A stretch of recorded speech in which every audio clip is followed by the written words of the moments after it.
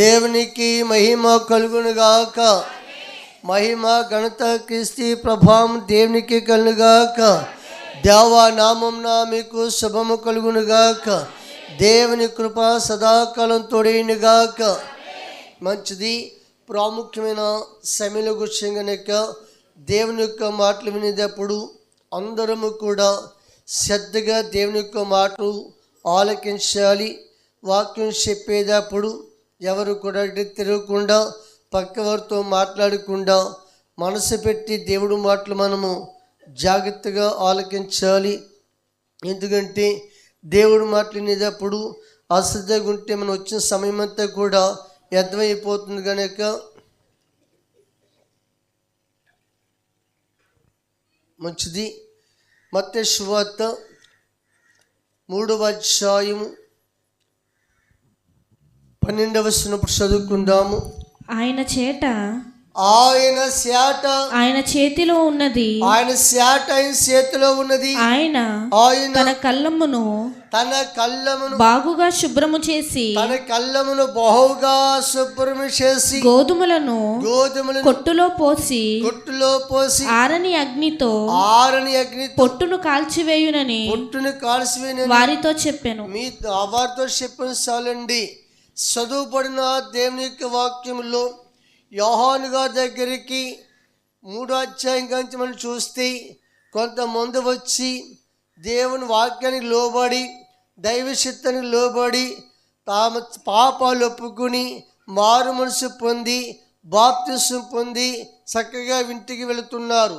అయితే కొందరు పరిచయాలు శాస్త్రులు కూడా వచ్చి వారు కూడా యోహాను బాప్తిసం అని అడిగినప్పుడు వారికి బాప్తిసం ఇవ్వలేదు. కానీ సర్ప సంతానమా, రాబోయే ఉగ్రత నుంచి మిమ్మల్ని తప్పించేవాడు ఎవరని చెప్పేసి యోహాను భక్తుడు చెప్పి తదుపరి యేసు ప్రభువారి గురించి చెప్తున్న మాట ఏమిటంటే, ఏమండి, ఆయన చేతిలో ఏముంది? శాట ఉంది. కళ్ళాన్ని అయినా బహుగా శుభ్రం చేసి తదుపరి గోధుమలను కొట్టులో పోసి ఆరని అగ్నితో పొట్టును కాల్చి వేయును అన్నాడు. దేవుడికి మహిమ కలుగాక. ఈరోజున జాగ్రత్త మీకు గమనించండి. అక్కడికి అర్థం ఏమిటంటే కళ్ళవనగా సంఘం. జాగ్రత్త మీకు గమనించండి. అక్కడ పొట్టు కనపడుతున్నది, గోధుమల పంట. చెప్పాలి మీరు, పొట్టు కనపడుతుంది, గోధుమల పంట కనపడుతుంది. దీని స్థానం వేరే కనపడుతుంది. మాట్లాడాలి మీరు. గోధుమల స్థానం వేరే కనపడుతుంది, పొట్టు స్థానము వేరుగా కనపడుతుంది. అయితే అర్థం ఏంటంటే జాగ్రత్త.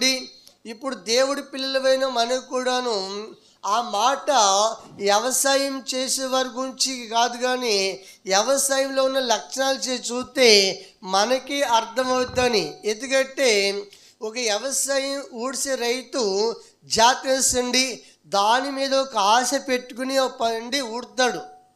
అవునే కదా? దాన్ని పండించాలి, పంట అనే ఫలమును ఇతను అనుభవించాలి అని చెప్పేసి ఒక రైతు చేను ఊడ్చినప్పుడు ఇత్తనం వేసిన మొదలుకొని పంట వచ్చే వరకు కూడా దానికి కావాల్సిన సౌకర్యం అంతా చేస్తాడు. చెప్పాలి, దానికి కావాల్సిన సౌకర్యం ఎంత చేస్తాడు లోపం లేకుండా. దేవుడు స్తోత్రం. దానికి కావలసిన పోషకారం చేస్తాడు, మందు వేస్తాడు, నీరు పెడతాడు. ఈలోగా ఏదైనా అట్ల మీద పురుగు దోమ లాంటివి వస్తే మరి మందు శుద్ధి చేస్తాడు. ఒక మాట చెప్పొస్తే పంటను కాపాడుకుంటూ వస్తాడు. పంటని మాట్లాడాలి మీరు, పంటని కాపాడుకుంటూ వస్తాడు. దేవుడు స్తోత్రం. అవునే కదా? అయితే మీరు గమనించండి, దేవుడి పిల్లలైన మనకు కూడాను తన లోపము లేకుండాను ఆ రైతు చేనుకి చేయవలసిన సాక్రయం అంతా చేస్తాడు. ఎందుకంటే ఆ చేను పండాలి. చెప్పండి, ఆ చేను పండాలని. ఈరోజు జాగ్రత్తగా గమనించండి. దేవుడు ఏం చెప్తుంటే, మనిషి ఒక పంట పండినప్పుడు రైతు ఎలాగ ఆనందిస్తాడు, ఒక మనిషి ఆత్మీయంగా వెదిగి ఫలిస్తున్నప్పుడు దేవుడి మీద ఆధారపడి బతుకుతున్నప్పుడు నిత్య రాజ్యం ఉందన్న సంగతి తెలుసుకుని విశ్వాసం మీద ఆనుకుని విశ్వాసాన్ని కాపాడుకుంటూ ఈ బ్రతికి కొద్ది దినాలు ఈ లోకముల్లో చాలా శ్రద్ధగా మనం దేవుని ఆరాధిస్తే రేపొద్దు నిత్య రాజ్యం మనకు దొరికిద్దన్న ఒక ఆశతోటి ఆ ఒక రైతు ఏం చేస్తాడండి, చేస్తానండి మనసంతా సేని మీద పెట్టి ఏమండి ఆ పంటను కాపాడుకుంటూ వస్తాడు. దేవుడు మహిమకలుగాక. అయితే రోజు జాతి మీద గమనించండి, ఈ లోకంలో ఉన్న వారికి మంచివారికైనా చెడ్డవారికైనా దేవుడు లోభము లేకుండా, భక్తులకైనా భక్తిహీనులకైనా లోభము లేకుండా దేవుడు ఇవ్వాల్సిన ఇచ్చుకుంటూ వస్తున్నాడు. దేవుడి మహిమకలుగాక. అర్థమవుతుందండి. మీకు మత్తయి సువార్త 5లో కనపడుతుంది. 5వ అధ్యాయము 45 చదువుకుందామండి. ఆయన చెడ్డవారి మీదను మంచివారి మీదను తన సూర్యుని ఉదయింపజేసి నీతిమంతుల మీదను అనీతిమంతుల మీదను వర్షము కురిపించు. చాలండి. దేవుడికి మహిమ కలుగాక. ఒక సూర్యుడి క్రాంతి మంచి మీద వాడి మీద పడుతుంది, చెడ్డవాడి మీద పడుతుంది. వర్షము పంటలు ఇచ్చే వాటి మీద గుర్తుంది, పనికిరాని మొక్కల మీద కూడా గుర్తుంది. అర్థం ఏంటి? అయ్యి బతుకుతున్నాయి, చెప్పండి మీరు. అయ్యి బతుకుతున్నాయి, ఈ బతుకుతున్నాయి. అర్థం ఏంటంటే అవి చెడ్డవని విడిచిపెట్టలేదు. కానీ అక్కడ దానికి కావలసిన సారు ఎవరు అందిస్తున్నారు? దేవుడు అందిస్తున్నాడు. అయితే రోజు జాగ్రత్తగా గమనించండి. ఒకవేళ చెడ్డవాడు బాగానే ఉన్నాడు, భక్తిహీనుడు బాగానే ఉన్నాడు, భక్తి చేయలేని వాడు బాగానే ఉన్నాడు అని కొందరికి అభిప్రాయం తోస్తుంది. దేవుడి స్తోత్రం. ఒక రోజు అంటే వస్తుంది, ఒక సమయం అంటే వస్తుంది. జాగ్రత్తగా గమనించండి. ఆ దినాన్న నీ పరిస్థితి నా పరిస్థితి ఏమవుతుందో ఒక్కసారి మనం ఆలోచన చేసుకోవాలి. దేవుడికి మహిమకలుగాక. ఎవరి కొట్లో ఉన్న గోధుమలు ఎవరి పొట్టు అంటే జాతి వేసండి. దేవుడు సమయం ఇచ్చిన దాన్ని వినియోగించుకోకుండా, దేవుడు అవకాశం ఇచ్చిన దాని కాల తన్నుకుని దాని విలువ తెలియకుండా, నిత్య రాజ్యం విలువ తెలియకుండా జాగ్రత్తగా వేసండి సమయం అంతా పోగొట్టుకుంటున్న వారు పొట్టుతో పోల్చబడి ఉన్నారు. పొట్టుతో పోల్చబడి ఉన్నారు. జపన్య 2వ అధ్యాయంలో మనకు కనపడుతుంది. సిగ్గుమాలిన జనులారా కూడి రండి, పొట్టు గాలికి ఎగురునట్లు సమయము గతించుచున్నది, విధి నిర్ణయము కాకమునుపే యెహోవా కోపాగ్ని మీ మీదికి రాకమునుపే మిమ్మును శిక్షించుటకై యెహోవా ఉగ్రత దినము రాకమునుపే కూడి రండి. దేవునికి మహిమ కలుగాక. ఆయన ఏమని కాగేస్తున్నాడు? అందరు చెప్పాలి. ఏమని కాగేస్తున్నాడు? సిగ్గుమాలిన. ఈ మాట ఎప్పుడు వాడతాము? సిగ్గుమాలిన జనులారా అని ఎప్పుడు సిగ్గుమాలినోడు అని ఎప్పుడు వాడతాము? ఎన్ని తెరలు చెప్పినా మాట్లాడాలి మీరు. ఎన్ని తెరలు చెప్పినా సిగ్గులేదు అంటారు, సిగ్గులేదా అంటే అంటారు. అవునా కదా? అంటే అర్థం ఏంటి? ఎన్నో తెరలు దేవుడు మనకి చెప్తున్నాడు అని. ఏ పోనవకుండాను సమయం ఏంటంటే సమయం అంతా పోయాక నువ్వేం చేయగలవు? జాతి మీకు గమనించండి. సంఘం ఒకటి గుర్తుంచుకో. నువ్వు దేవుని రాజ్యానికి వెళ్ళాలంటే, నరకానికి వెళ్ళకుండా ఉండాలంటే, నరకానికి వెళ్ళి నిత్యం కాలకుండా ఉండాలంటే నువ్వు కొన్ని జాగ్రత్తలు తీసుకోవాలి. లోకంలో నువ్వు దేవుడి స్తోత్రం. లోకమంతా నేనే ఉండేది, లోకమంతా నేనే పోషించేస్తాను, లోక భారం అంతా నా మీద ఉందని నువ్వు తిరిగితే కుదరదు. జాతి వేసండి. కొన్ని నిరీక్షణలు నీ మీద నువ్వు ఆధారపడి ఉంటే రేపొద్దున్న నిత్యరాజ్యం దొరుకుద్ది. లేకపోతే చెప్పినతున్నాడు అక్కడ దేవుడు ముందర. జాగ్రత్త వేసండి. ఈ రోజున ప్రతి విశ్వాసి ఏ ప్రదేశంలో ఉండాలో, నిత్య రాజ్యం వెళ్ళాలంటే, నిత్యము దేవుని రాజ్యంలో ఉండాలంటే, ఆ పాతాళానికి వెళ్ళకుండా ఉండాలంటే, ఆ నరకానికి పోకుండా ఉండాలంటే ఈ రోజున కొన్ని జాగ్రత్తలు నువ్వు తీసుకోవాలి. దేవుడి స్తోత్రం. అందరు బైబిల్ తీయండి. తీతు రాసిన పత్రిక 1వ అధ్యాయము 1 నుంచి చదువుకుందాం. దేవుడు ఏర్పరచుకొనిన వారిని ఆలకించిన అందరికీ దేవుడు ఏర్పడేసుకున్న వారిని విశ్వాస నిమిత్తమును నిత్య జీవమును గూర్చిన నిరీక్షణతో కూడిన భక్తికి ఆధారమగు సత్య విషయమైన అనుభవ జ్ఞానము నిమిత్తమును అనుభవ జ్ఞానము చేత దేవుని దాసుడును యేసుక్రీస్తు అపోస్తలుడైన పౌలు మన అందరి విశ్వాస విషయములో నా నిజమైన కుమారుడగు తీతుకు శుభమని చెప్పి వ్రాయున్నది. చాలండి. దేవుడికి మహిమ కలుగాక. జాతి వేసండి. నిత్య రాజ్యం విషయములో ప్రియమైన దేవులారా నిరీక్షణ కలిగి భక్తి శ్రద్ధలతో మాట్లాడాలి. మీరు భక్తి శ్రద్ధలతో జ్ఞానం అనుభవముతోటి దేవుడి పట్ల మనము విశ్వాసము కలిగి విశ్వాసం ఉండాలి. ఇప్పుడు దేవుడి చేత ఏర్పరచబడిన వారులారా, ఇప్పుడు మన అందరిని ఎవరు ఏర్పడేసుకున్నారు? దేవుడు ఏర్పడేసుకున్నాడు. ఎందుకు ఏర్పడేసుకున్నాడు? నీకు ఒక నిత్య రాజ్యం ఉంది, నిత్య జీవం ఉంది, పరలోకం ఉంది.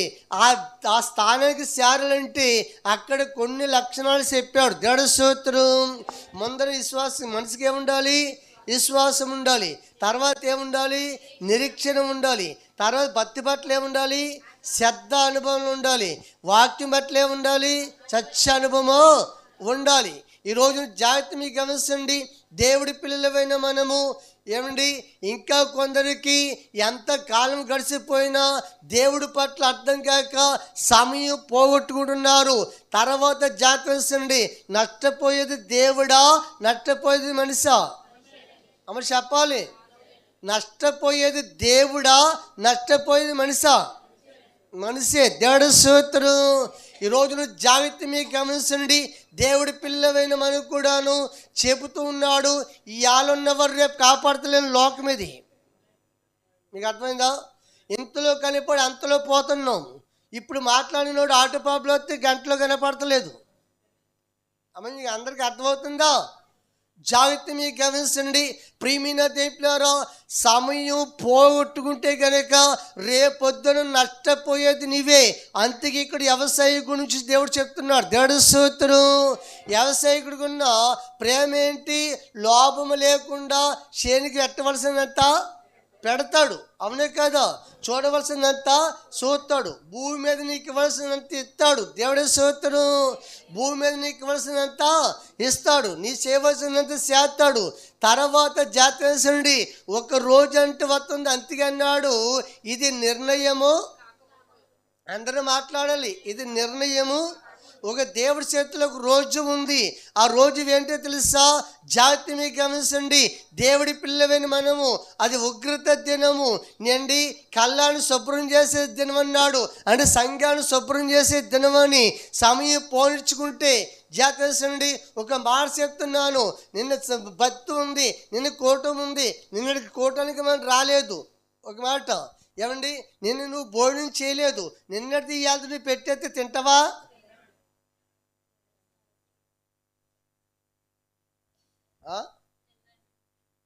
చెప్పాలి. ఒక వారం నుంచి ఒక వారంలోకి ప్రార్థన కొత్తలేదు. ఆ వారాన్ని అంతా పోగొట్టి నీ ముందరెట్టయితే తింటావా? తినొచ్చు కదా. జాగ్రత్త మీకు గమనించండి.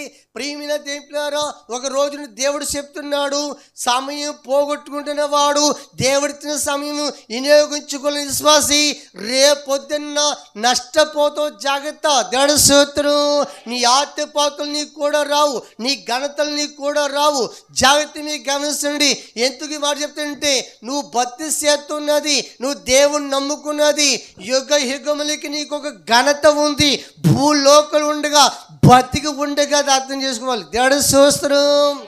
ఆ సమయం పోగొట్టుకుంటే నరకానికి వెళ్ళాక ఇంకక్కడ రికమెండేషన్ ఉండు.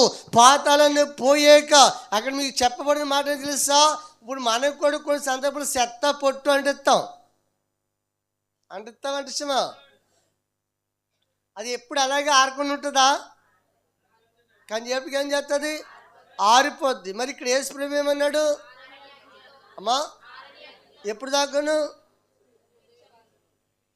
దాకాను యుగ యుగములకు కూడా అది ఆర్దన్నాడు. దేవుడి సూత్రం మన పొట్టారు. ఏమండి, ఈ రోజు నీవు పొట్టులా బతుకుతున్నావా, పంటలా బతుకుతావు? ఒక్కసారి మనం ఆలోచన చేసుకోవా? దేవుడి సూత్రం జాత పని పాట లేకపోయినా సరే ఒక కూటం ఉందంటే విశ్వాసం వదులుకొని దేవుడి సమయాన్ని వదులుకొని జాగ్రత్త వేసండి. మందగెళ్తున్నవేమో ప్రభు చెప్తున్నాడు, అకస్మాత్తుగా ఉరువొచ్చినట్లు నీ మీదకి ప్రమాదము రాబోతూ ఉందని. దేవుడికి మహిమ కలుగును గాక. ఒకటి అవ్వ కావాలి, బువ్వ కావాలంటే దొరకదు, ఏదో ఒకటే. దేవుడి స్తోత్రం. అర్థమవుతుందండి ప్రియమైన దేవులారా? ఒక గింజ వేస్తే అది మొలక వేత్తి ఎంత చక్కగా ఎదుగుతుంది. దాన్ని బోధించేవాడు లేకపోయినాను. ఈ రోజున అన్నీ మనకు బోధిస్తుందంటే నీ ఆత్మజ్ఞానం ఎక్కడ ఉంది, నీ దేవుడి మీద నిరీక్షణ ఎక్కడ ఉంది, వాక్య అనుభవం నీకు ఎక్కడ ఉంది, భక్తి అనుభవం ఎక్కడ ఉంది? ఒకసారి ఆలోచన చేయి. దేవుడికి మహిమ కలుగాక. అంతకు యేసు ప్రభు ఒక ఒర్రు మొక్కకుండా జ్ఞానం నీ దగ్గర లేదని ప్రశ్నిస్తూ ఉన్నాడు. యోహాను సువార్త తీయాల బైబిల్, యోహాను సువార్త 4వ అధ్యాయం 28 చదువుకుందాం. ఆ స్త్రీ తన కుండ విడిచిపెట్టి మార్కు సువార్త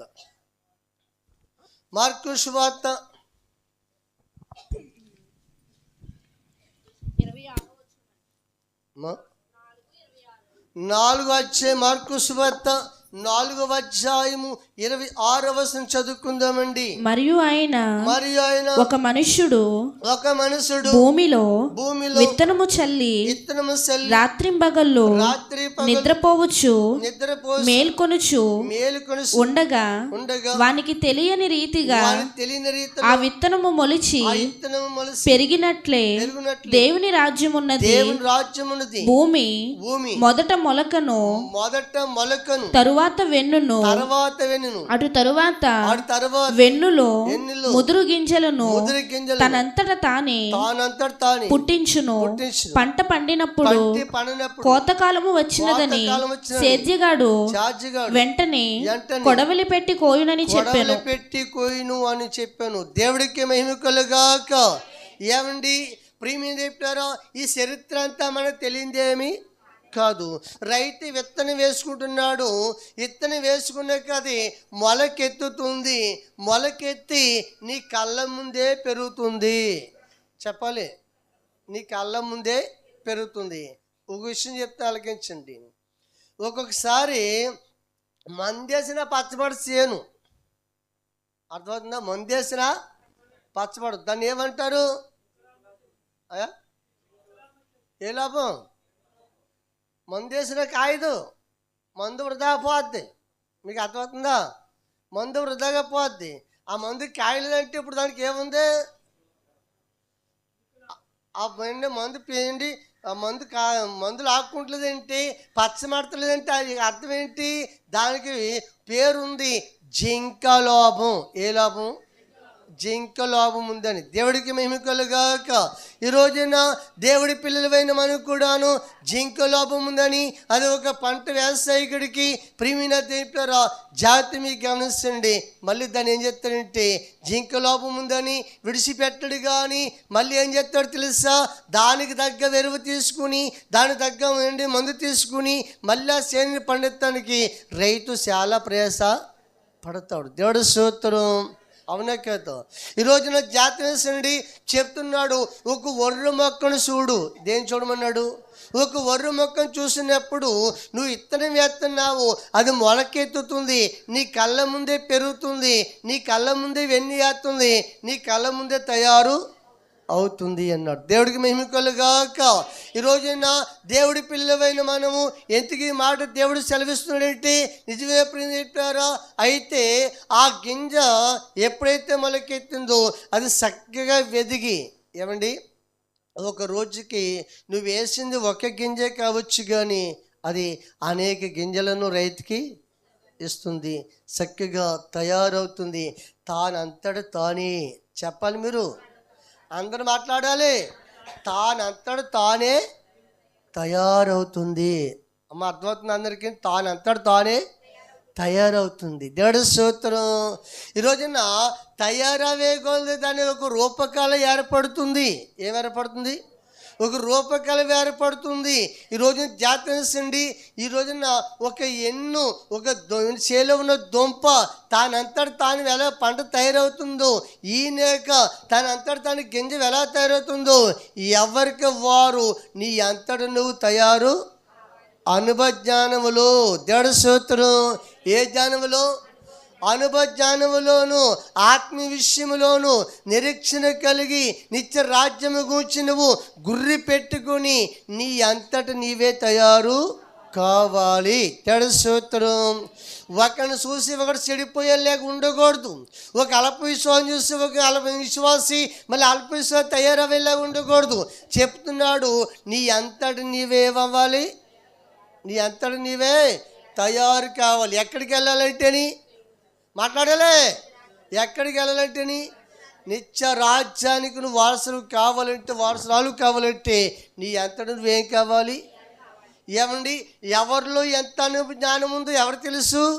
దేవుడికి తెలుసు. దేవుడి స్తోత్రం. దేవుడికి తెలుసు కనుక ఈరోజు దేవుడి పిల్లలు అన్నారు. కొంతమంది చూసి ఆనాడు దేవుడు చాలా బాధపడ్డాడు. తీతు రాసిన పత్రిక 1:16 దేవుని ఎరుగుదుమని వారు చెప్పుకొందరు గాని అసహ్యులను అవిధేయులను ప్రతి సత్కార్యము విషయము భ్రష్టులనై ఉండి తమ క్రియల వలన ఆయనను ఎరుగమన్నట్టున్నారు. దేవునికి మహిమ కలుగాక. కొందరు దేవుని కలిగి ఉండి రక్షించబడి దేవుడి పిల్లలమని చెప్పుకొనుసు అక్కడ ఉన్న లక్షణం ఏంటి తెలుసా? కొందరు అసహాయము. ఏంటండి? అసహాయమైన జీవితము, విశ్వాసం ఉండదు, శస్త్రక్రియలు ఉండవు, దైవ సంబంధమైన క్రియలు ఉండవు.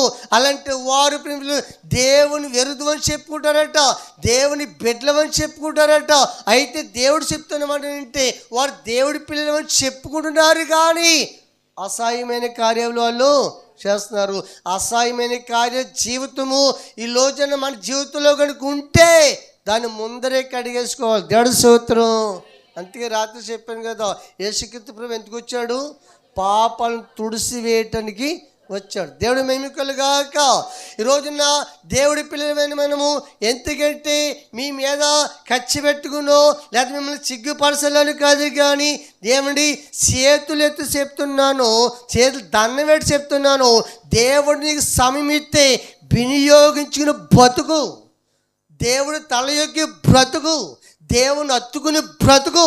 ఎదరు నీకు జీవం ఉంది, ఎదరు నిత్యరాజ్యం ఉంది. లేదు అగ్నికెళ్ళి కాల్తానంటావా నీ కర్మ, ఇంకా దానికి ఎవడేం కూడా చేయలేదు. దేవుడు స్తోత్రం. ప్రియమైన దేవుని పిల్లారా, దేవుడు చెప్తూ ఉన్నాడు, ఆ పొట్టు ఎవరంటే దేవుడిచ్చే సమయం అంతా పోగొట్టుకుంటారు. దేవుడు స్తోత్రం.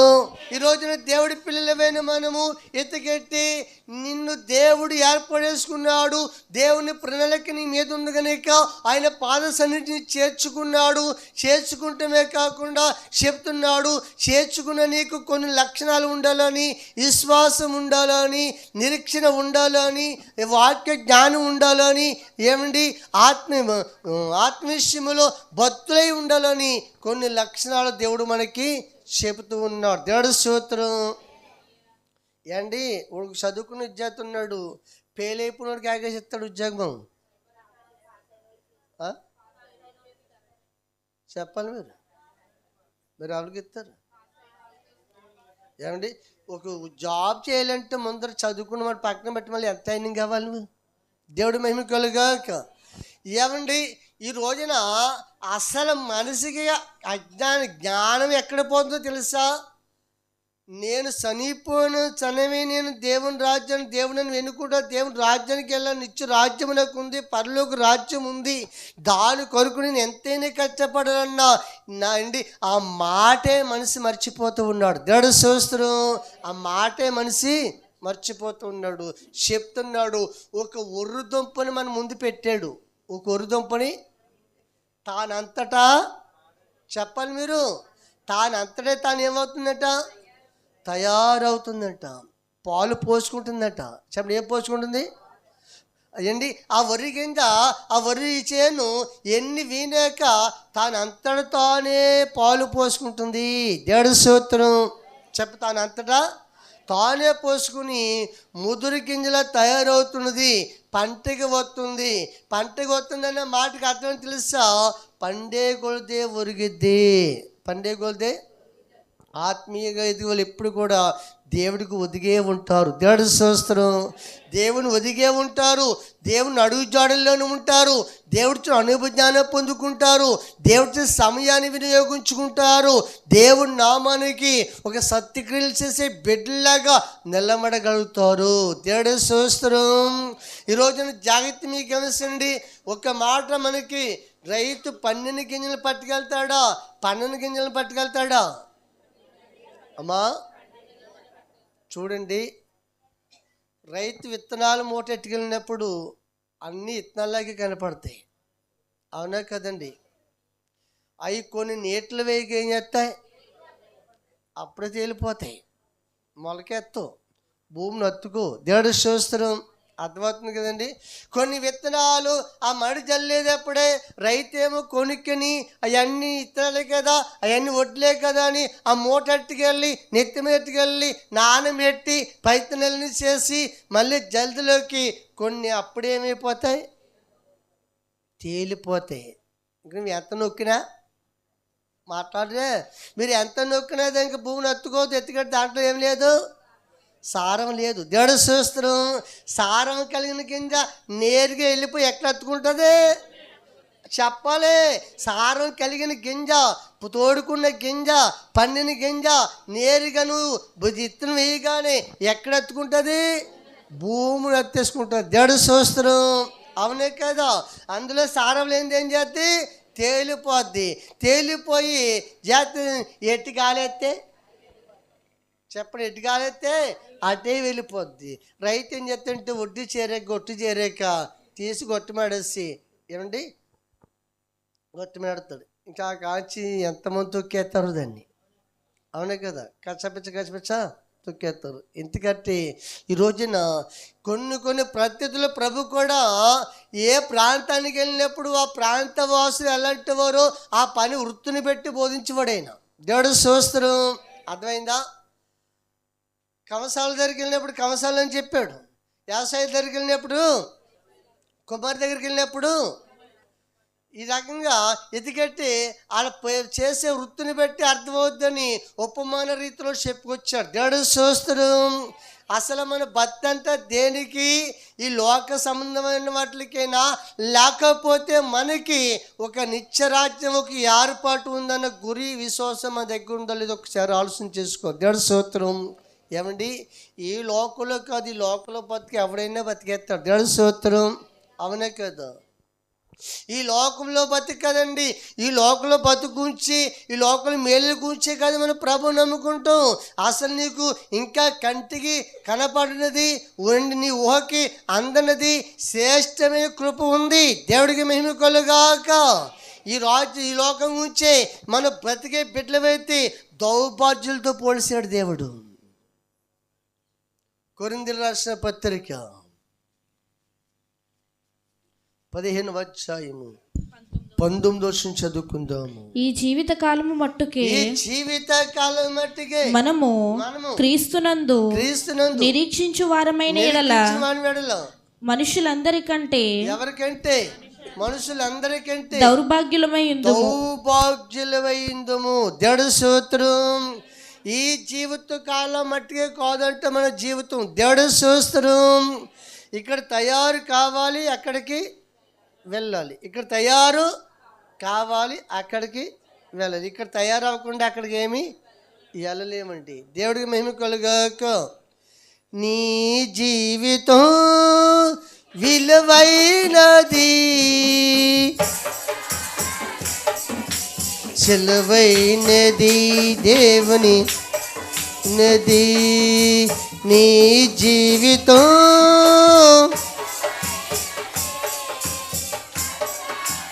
రండిని సెలవైనది దేవుని నది.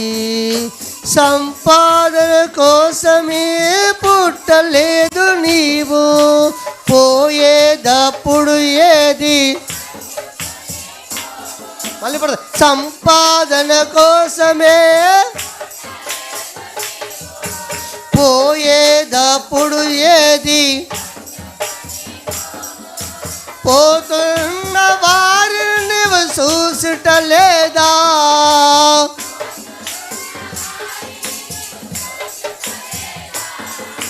బతికి ఉన్న నీకు విధి పాఠము కదా, బతికి ఉన్న నీకు విధి కదా, నీ జీవితం విలువైనది, సెలవైనది, దేవుని సెలవైనది. దేవునికి మహిమ కలుగాక. ఏంటి ఇప్పుడు నీ జీవితం నీకు ఎంత తెలివైందో తెలియాలి, నా జీవితం ఎంత తెలివైందో నాకు తెలియదు. ఏమండి ఒక మాట చెప్తాను, ఇప్పుడు దానికి అర్థం చెప్తాను. కొన్ని సందర్భాల్లో మనకి వస్తూ ఉంటారు, తల వెంట్రుకలు కొంటాం, పాత టీవీలు కొంటాం, పాత మంచాలు కొంటాం, పాత డబ్బులు అన్నీ కొనేస్తామని చెప్పేసి వస్తారండి. అవును కదా, చెప్పాలి మీరు, వస్తారండి. దేవుడు స్తోత్రం. ఏమండి ఒక పాత పడిపోయిన టీవీ ఉంటే కొనుక్కెళ్తున్నారు, అర్థమైందా? పనికిరాని టీవీ ఉంటే, ఇరుపని కుర్చీ ఉంటే, హలో ఇరుపని కుర్చీ ఉంటే, రాలిపోని తలెంటుకుంటే, ఏమండి పూర్వకాల మంచాలు ఉంటే చెప్పాలి, పూర్వకాలం చెక్క పెట్లుంటే కొనుక్కెళ్ళిపోతాం. ఏంటి మనం చచ్చిపోయాక కొనుక్కెళ్తాడా? ఇప్పుడు నీకు అర్థం అవ్వాలి, నీ జీవితం విలువైందంటే ఏంటి అనుకున్నావు? మనం చచ్చిపోయాక అడుగు కొనుక్కెళ్తాడా? కొనుక్కెళ్తాడా అంటే అర్థం ఏంటి? మనం చచ్చిపోతే ఇరుపని కూర్చుకున్న ఇల్లు కూడా అవునంటారు కాదంటారా? ఏమండి ఈ వ్యక్తి చాలా మంది చూడండి, అమ్మేస్తాం ఆ చచ్చిపోయి కోరంతే అడుగు వస్తాడా?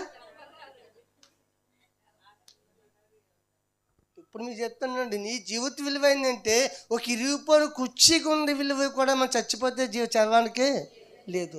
మరి ఎవరెత్తున్నారు విలువ? చచ్చిపోయిన శవానికి జీవం పోసి లేపవాడు ఎవరు అనుకున్నారు?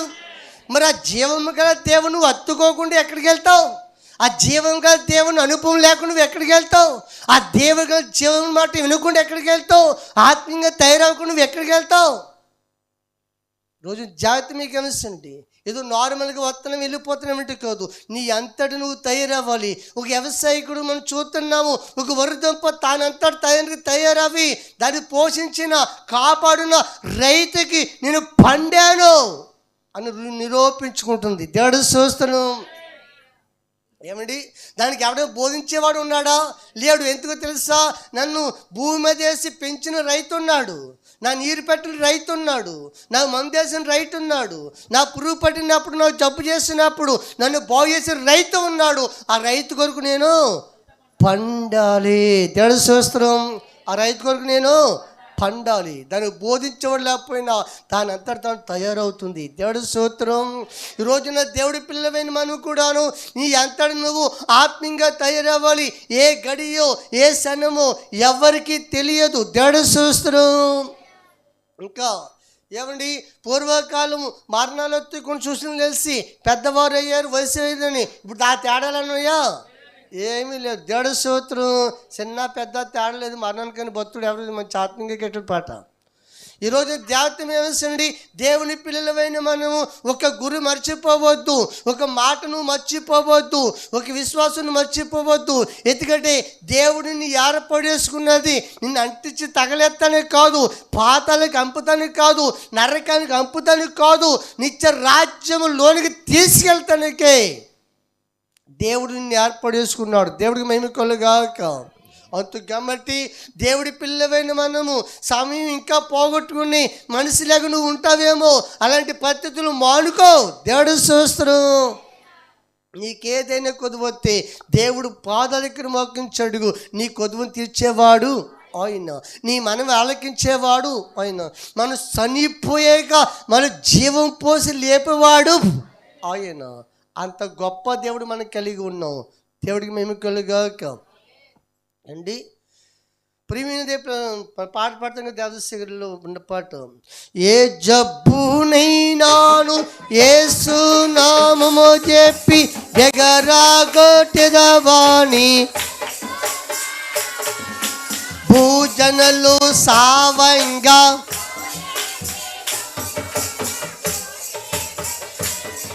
అందరూ పడాలి. భూజనులు సావంగా బోయా జీవము దూర పోసి బతికించెదవు తెలుసున్నా, పునరుద్ధానమిదియే నా క్రైస్తవ సంగమ కనకార్యముల చెయ్యో చెను తెలుసునా, క్రీస్తు ప్రభువుని కీర్తి పొందునాని కీడు తెలుసునా, కిటక విడగొట్టెదవు తెలుసునా.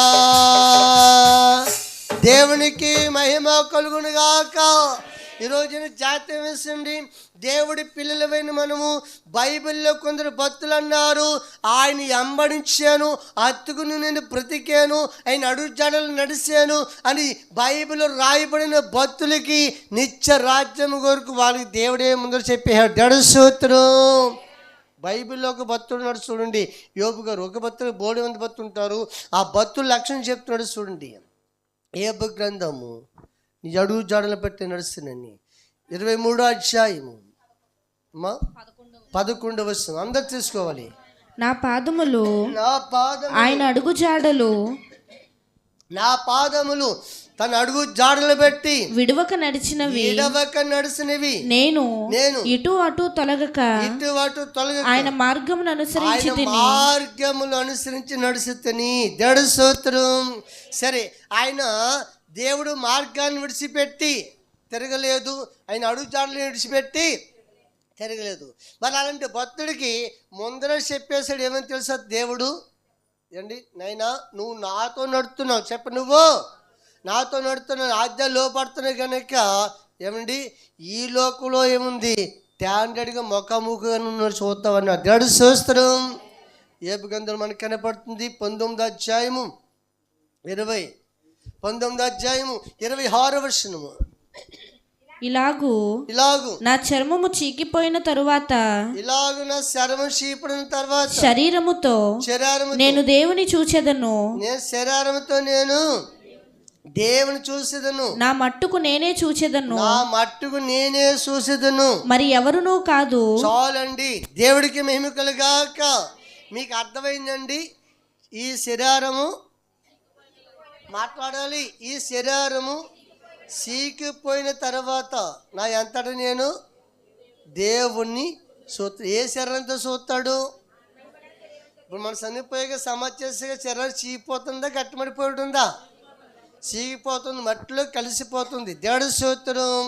మరి ఆ భక్తుడు ఏమన్నాడు? నా ఎంతట నేను దేవుణ్ణి చూస్తుందను అంటే అర్థం ఏంటి? జాతీయండి ప్రియమైన చెప్పారో ముందర దేవుడు అతనికి ఒక దైవ దర్శనం ఇచ్చాడు.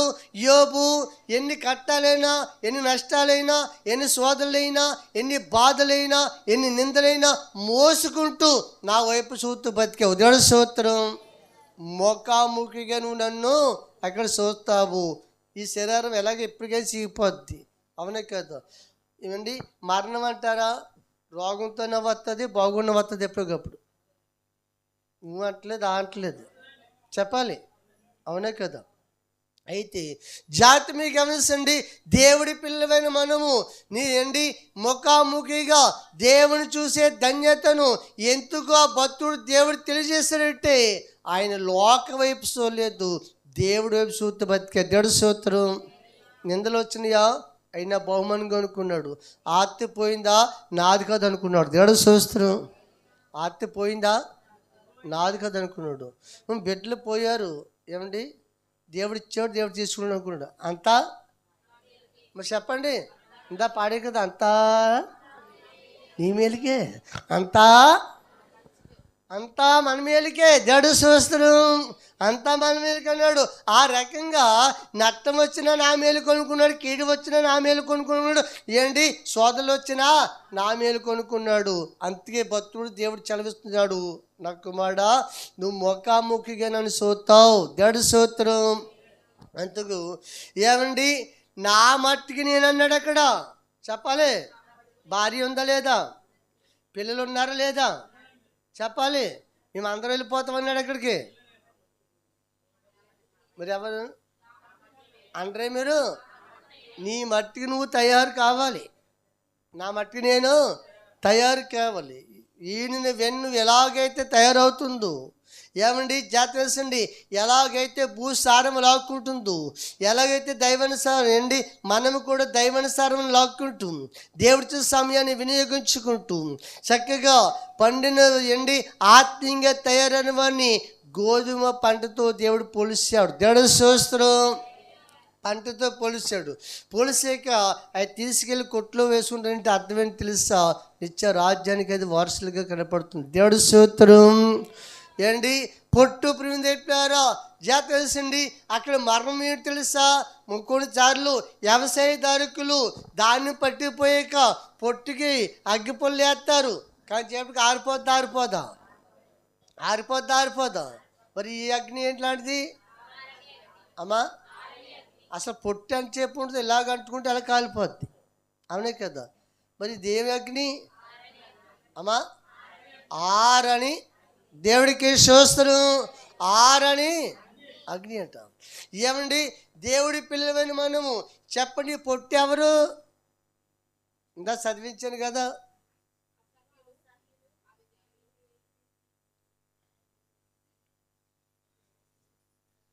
ఇంకా చదివించాను మీకు వాక్యం. ఈ పొట్టు ఎవరు అని ఏంటి చెప్పండి. 2 అధ్యాయంలో ఉంది ఆ పొట్టు.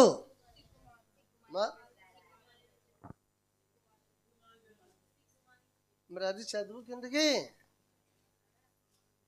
ఈ పొట్టు ఎవరు? సిగ్గుమాను జనులారా కూడి రండి.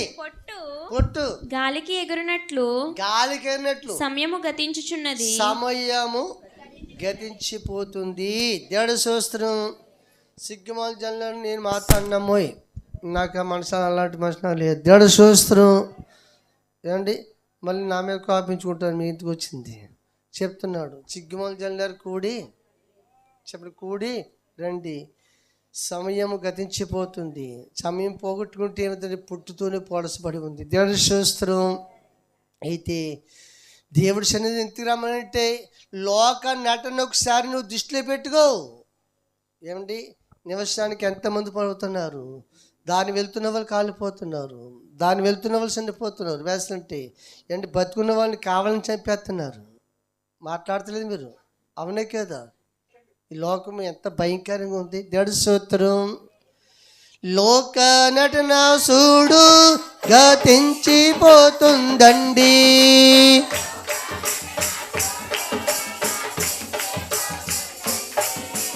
అందరి గుండెల్లోన భయము కనబడుతుంది.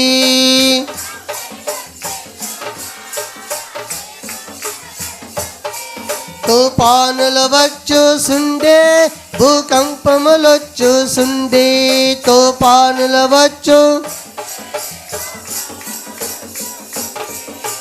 మనసుకు శాంతి లేదు, ప్రభువు యేసు నొద్దకు రండి.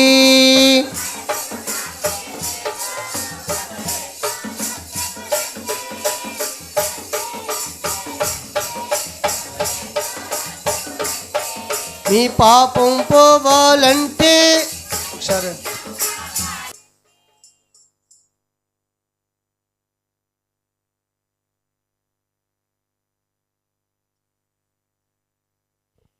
మీ పాపం పోవాలంటే బలి రక్తం కావాలండి.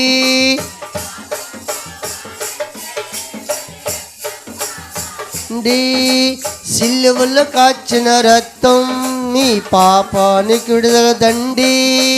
సిలువలో కాచిన రక్తం మీ పాపానికి విడుదల. ప్రయాసపడవద్దు, దేశాలు తిరగవద్దు.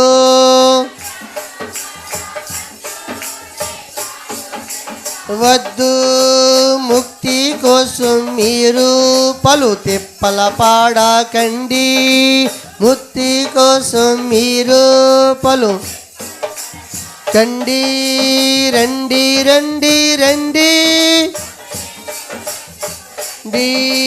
యేసే శరణమండి, రక్షణ తెలుసుకోండి.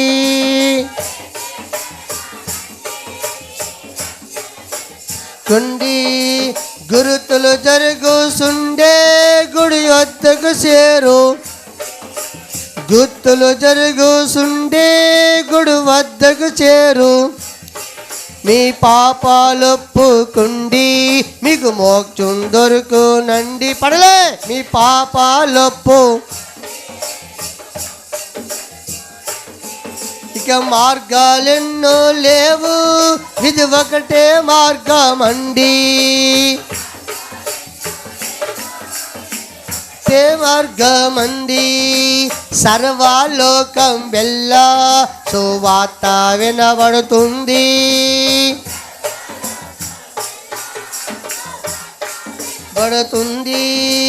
సర్వజాతికంతా యేసే రక్షకుడండి. యేసే రక్షకుడండి. మీ మనసును మార్చుకోండి, ఆలస్యం చెయ్యకండి.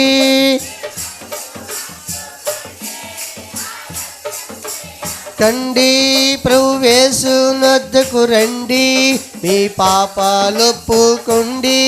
ప్రభు యేసునొద్దకు రండి, మీ పాపాలొప్పుకోండి. రండి రండి రండి ప్రభు యేసునొద్దకు రండి.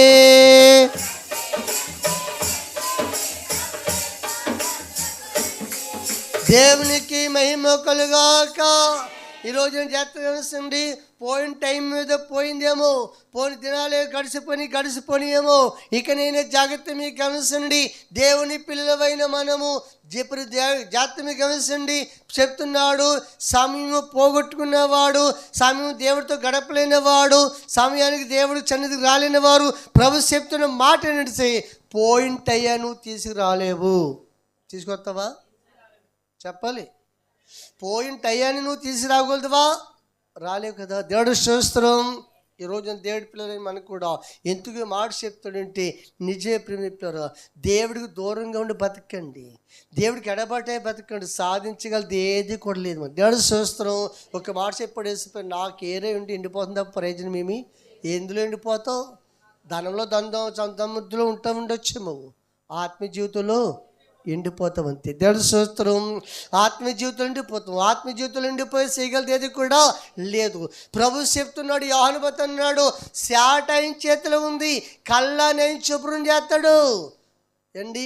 గోధుమలన్నీ పట్టుకెళ్తాడు, పొట్టును తీసుకెళ్ళి ఆరుని అగ్నితో కాల్చి పడతాడు. దేవుడు స్తోత్రం. ఆరిపోయే అగ్ని లేదు, పేరు పెట్టాడు. ఏ అగ్ని? ఆరునగ్ని. అదే పాతాళం, అదే నరకము, అదే నిత్యాగ్ని. దేవుడు స్తోత్రం. ఈ రోజున అలాంటి పరిస్థితిలోకి నువ్వు వెళ్ళకూడదు. జాగ్రత్త మీకు గమనించండి. ఇప్పుడు కాలం చూస్తే ఇంతలో కనపడినప్పుడు అంతలో మాయమైపోతున్నాం. దేవుడు స్తోత్రం. ఈరోజు దేవుడి పిల్లలమైన మనకి ఎన్ని సంవత్సరాలు దేవుడు భూమి మీద అవకాశం ఇస్తే, దేవుని కృపను బట్టి నీ పని నువ్వు చేసుకుంటూ దేవుని హత్తుకుని అనుభవ జ్ఞానముతో నీ ఎంతటి నువ్వు తయారు. అందరూ చెప్పాలి, నీ ఎవరికి వాళ్ళే నీ ఎంతటి నీవు తయారు కావాలి. ఎన్నో తనంతట ఏమవుతుంది? తయారు. అవి యజమానికి ఏమవుతుంది? పంటనిస్తుంది. వేసింది ఒక గింజ అయితే ఎన్ని గింజలు ఇస్తుంది? దేవుడి స్తోత్రం. నేను దేవుడి సన్నిధిలో నాటిక ఆత్మీయ ఫలాలతో, స్వస్తిక్రియల ఫలాలతో ఏమండి సఖ్యవర్ధలే భాగ్యం మనం సంపాదించుకోవాలి. ఎందుకు మాట చెప్తుంటే నిజమే. ఈ రోజున ప్రేమికులారా, వాక్యాన్ని నువ్వు అర్థం చేసుకోగలితేనే, వాక్యాన్ని నమ్మగలిగితేనే ఎవరైనా సరే నిత్య రాజ్యానికి మనము వారసులు అవుతాము. నిత్య జీవం అనే మాట మీరు చదివించి మనం చెప్తాను వాక్యం కాదు కానీ ఇప్పుడు చదవండి. తీతు రాసిన పత్రిక 1వ అధ్యాయం నుంచి కొన్ని విషయాలు చదువుకుందాం. తీతు రాసిన పత్రిక 1 దేవుని ఏర్పడేసుకున్నవారు చెప్పాలి. మొదట ఏముండాలి? అందరు పలకాలి. మొదట ఏముండాలి? విశ్వాసము. దేని గురించి? విశ్వాసం ఉండాలి. విశ్వాసం ఉన్న నీకు మనకి ఏముండాలి అనాలి? నిత్య జీవము. చెప్పండి, నిత్య జీవము. ఇప్పుడు మనలో ఏముంది? జీవం ఉంది కనుక మాట్లాడుతున్నాం, నడుతున్నాం, పని చేసుకుంటున్నాం, పాడుతున్నాం, వింటున్నాం, మాట్లాడుతున్నాం. అవును కదా? అంటే ఏముంది? జీవం ఉంది. ఈ జీవం ఎటలు కలిగి ఉంటుంది, లోకంలో ఉండదు. ఆ జీవానికి ఏం పేరు అమ్మా? ఇదేమో జీవము, అదేమో నిత్య జీవం. నిత్య జీవం అంటే స్టాండర్డ్ పోస్ట్ అనమాట అండి. దేవుడి స్తోత్రం చెప్పండి. స్టాండర్డ్ పోస్ట్ అనమాట అండి. అండి ఈ జాతి లైఫ్ లాంగ్ అమ్మా ఒక మాట చెప్పాలంటే దేవుడి స్తోత్రం అండి.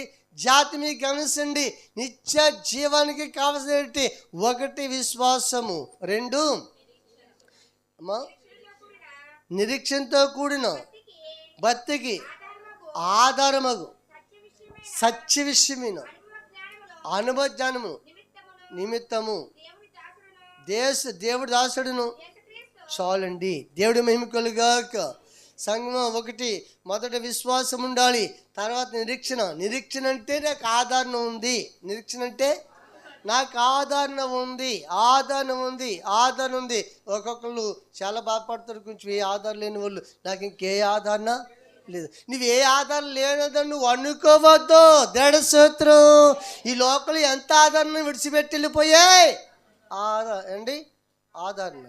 కానీ ఇక ఆ ఆధారం దొరికిందంటే ధన్యుడు ధన్యురాలివే. దేవుడి స్తోత్రం. అంత కాబట్టి చెప్తున్నాడు, సంఘం ఆలకించండి. ఏ పోగొట్టుకోకూడదు, సమయాన్ని పోగొట్టకూడదు, పుట్టి వెళ్ళమని ఉండకూడదు. ఎవరికి వాళ్ళే, స్త్రీలకి స్త్రీలే, పురుషులే, పిల్లలకి పిల్లలే, ఎవరికి వాళ్ళే తానంతటి తాను తయారు కావాలి ఆత్మ సంబంధంగా. దేవుడి స్తోత్రం. ఎలాగా? ఆత్మ సంబంధ మందిరమగుటకు మలసితివి నన్ను సజీవరాయిగా. ఆత్మ సంబంధ మందిరమగుటకు మలసితివి నన్ను సజీవరాయిగా. అద్భుతము చేసి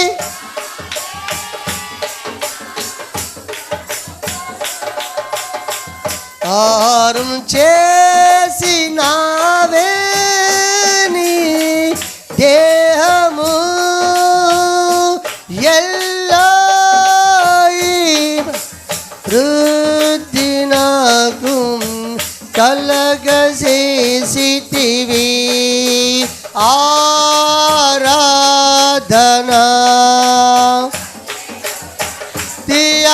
ఆరాధనా రెండు సెలవుగా ఆరాధనా హల్లెలూయా స్తుతియా ఆరాధనా అచ్యుత సిన్నాస నాసీనుడా నా స్తుతులందుకో పూజారుడా.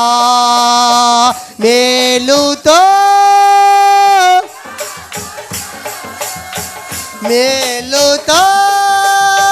వాక్కుతో నన్ను బలపరుస్తున్నా శక్తిమంతుడా. ఆరాధనా నీకే. నన్ను బలపరుస్తున్నా శక్తిమంతుడా. ఆరాధనా నీకే. నా హల్లెలూయా స్తుతియా ఆరాధనా ఆరాధనా.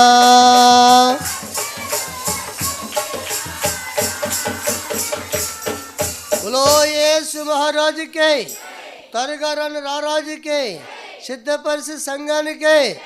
ఈరోజున ప్రతి ఒక్కరు కూడా దేవా నీకు నాకు దూరం చేస్తున్న ప్రతిదీ తొలగించి ప్రభుని ఏం చేసుకోవాలి? నువ్వు ప్రార్థన చేసుకోవాలి. నీకు దూరం చేస్తున్న ప్రతి క్రియల నుంచి నాలో నుంచి విడిపించి ప్రభువా, నీకు ఎడబాటు రాకుండా నేను ఏది ఆటంకం ఉందో ఆ ఆటంకం తొలగించి ప్రభు అని ఏం చేసుకోవాలి? ప్రార్థన చేసుకోవాలి. దేవుడు చేస్తారు. ఈరోజు ధ్యానించండి. అపవాది వాడు తంత్రగొట్టు కనుక అనేకమైన ఆశలు నీకు సీపెట్టి దైవ సర్వతల నుంచి నిన్ను తొలగిస్తున్న ప్రయత్నము చేస్తాడు. జాగ్రత్త సుమ సంగమా. దేవుడు స్తోత్రం.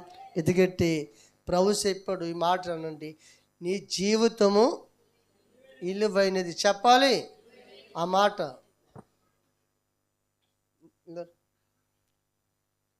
ఎవరికి ఇవ్వాలి? నా జీవితము విలువైనది. చెప్పండి, నా జీవితము. చెప్పండి, నా జీవితము ఎవరిని బట్టి విలువైంది? దేవుని పట్టిన జీవితము, దేవుని పట్టిన జీవితము విలువైంది. సంగమా, మనం అందరికి ఒకే ఆశ ఉండాలి, ఒకే గుర ఏంటి? నిత్య జీవులోనికి మనము చేరాలి. అట్టి భాగ్యము, అట్టి అనుభవమును దేవుడు మనకు అనుగ్రహించునుగా.